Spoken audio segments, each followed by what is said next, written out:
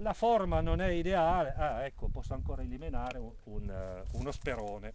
Da qui usciranno, da queste due gemme, i capi a frutto che prenderò l'anno successivo. Ecco, qui la situazione è già un po' più facile.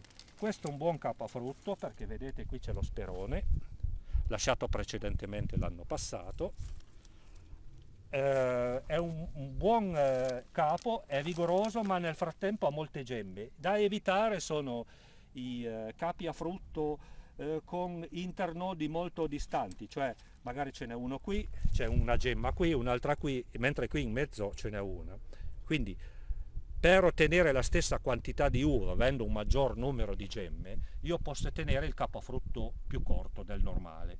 Altrimenti dovrei avere un capo a frutto lungo 2 metri per ottenere la stessa quantità di grappoli, il che poi non va bene perché si va a sovrapporre con la vite successiva. Proviamo con questo. Pieghiamo, ecco, mi aiuto un po' per snervarlo, che non rompa, speriamo. Ecco.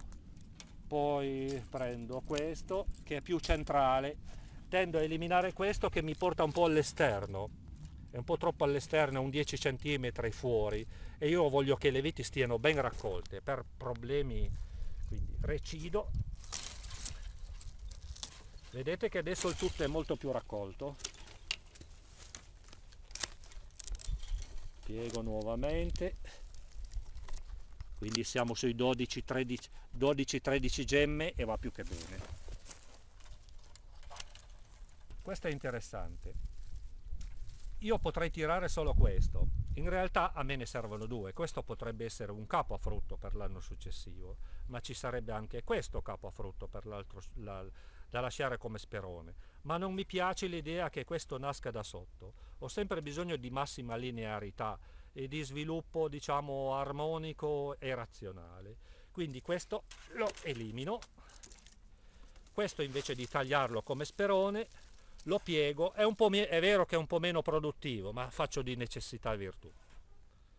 Avrei bisogno dello sperone dell'anno precedente, che diciamo è più maturo, però ci si accontenta, ci si adatta alla situazione, come ho avuto già modo di dire. Prendiamo, attorcigliamo, tagliamo un pezzo. Vedete che in questo particolare capo la distanza tra le gemme è abbastanza accentuata e quindi sarà meno produttivo, ma vedete quanta distanza, ecco, guardate, confrontatela con questo ha una distanza ottimale, diciamo, di 10 cm, qui siamo a 20 cm e quindi mi gioco una gemma che non c'è, purtroppo se non c'è non la posso certo piantare, e sarà un po' meno produttivo, ma qualche grappolo uscirà anche di qui. Pieghiamo il ramo, non è particolarmente vigoroso, ma vedete che qui c'è già uno sperone lasciato l'anno passato. Qualcosa darà. Vorrei ricordare che qui si fa il vino buono, anzi da qui nascono grandi vini, ma la zona è parecchio siccitosa, quindi alcune viti hanno problemi e purtroppo non posso intervenire più di tanto perché il terreno non è ricco, è un terreno povero di collina, è scosceso e quindi ha parecchi problemi.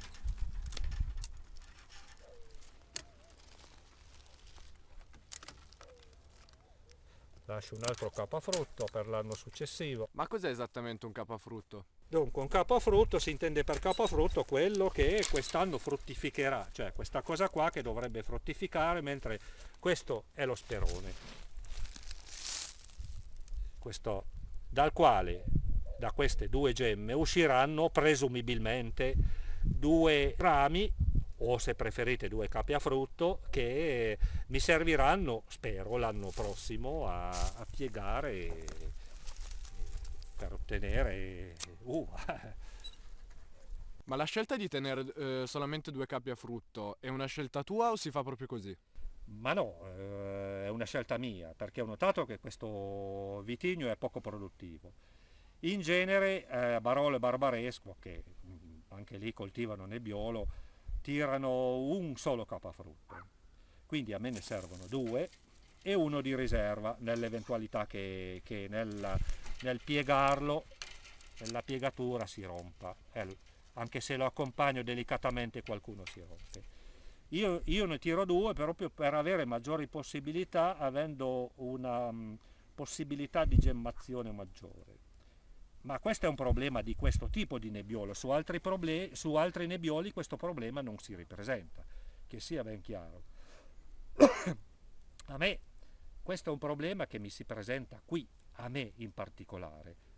Altri probabilmente questi problemi non li hanno e quindi ho dovuto risolvere questa poca, capire che cos'era, qual era il motivo per il quale questo nebbiolo era poco produttivo. E non c'è una ragione in particolare, e allora l'unica soluzione è stata quella di aumentare il numero di gemme. Aumentando il numero di gemme ho maggiori possibilità. È vero che questo mi produce molto più verde, quindi devo stare più attento nello sfoltimento, ma è anche vero che essendo in pendenza e i filari a sesto il sesto, intendiamoci, si intende la distanza che c'è tra filare e filare, sono 3 metri circa da filare a filare, quindi di sole ne entra abbondantemente, e così ho trovato che sia un buon modo per ottenere dei buoni risultati, sia a livello qualitativo che quantitativo. Tutto lì.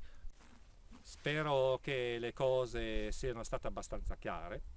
Se ci sono difficoltà potete scrivere e commentare, e cercheremo di venire incontro alle vostre curiosità e eventualmente ci torneremo ancora sopra proprio per venire incontro alle curiosità, perché ci sono più cose che mi sono dimenticato di dire di quanto ne ho dette, però nel limite di tempo è quello che è, e quindi abbiamo concentrato tutto questo po' di cose nelle cose che riteniamo essenziali, e vedremo.